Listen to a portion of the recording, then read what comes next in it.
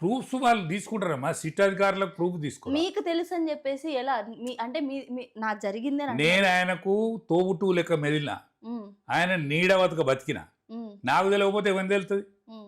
టీఆర్ఎస్లో నాకు తెలియని రహస్యం ఇంకెవరిని తెలియదు. అంటే ఆయన వెన్నంటున్న ఆయన అంటే అంగీకరించదు, ప్రూఫ్లు ఉండాలి, మనం చెప్పిన మాట సరిపోదు కదా. ప్రూఫ్ ఉంటేనే కదా ఈయనకు నేరస్తులని గుర్తించేది. ప్రూఫ్ లేకపోతే గుర్తించరు, నేరం ఉండదు కదా. కేసీఆర్ జిందాబాద్ అంటూ డ్యాన్సులు చేస్తారు, అప్పుడు ఇంకేదంటే కదా చేస్తారు. నీకు ప్రూఫ్లు ఏమి లేవనుకో, కూతు కేసీఆర్ ఇట్లా అంటాడు కదా.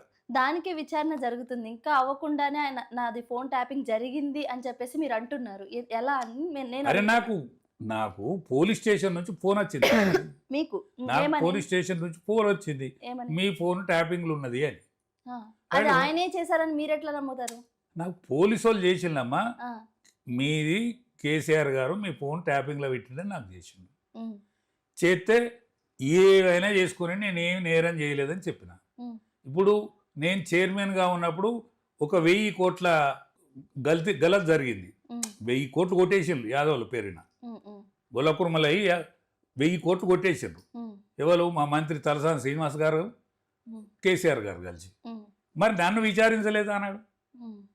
కేసీఆర్ని విచారిస్తాను, మంత్రిని విచారిస్తాను. మీరు అప్పుడు రివర్స్ కేసు పెట్టలేదా?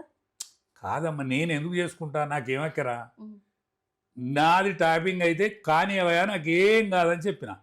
నేను చైర్మన్గా ఉన్న దాంట్లో 1000 కోట్లు శ్రీనివాస్ గారు, కేసీఆర్ గారు తింటే దాని వాళ్ళ మీద విచారణ జరిగింది. నా మీద విచారణ ఎందుకు జరుగుతలేదు? మరి ఇప్పటికైనా దమ్ముంటే విచారణ చేయించండి, నేరం ఉంటే.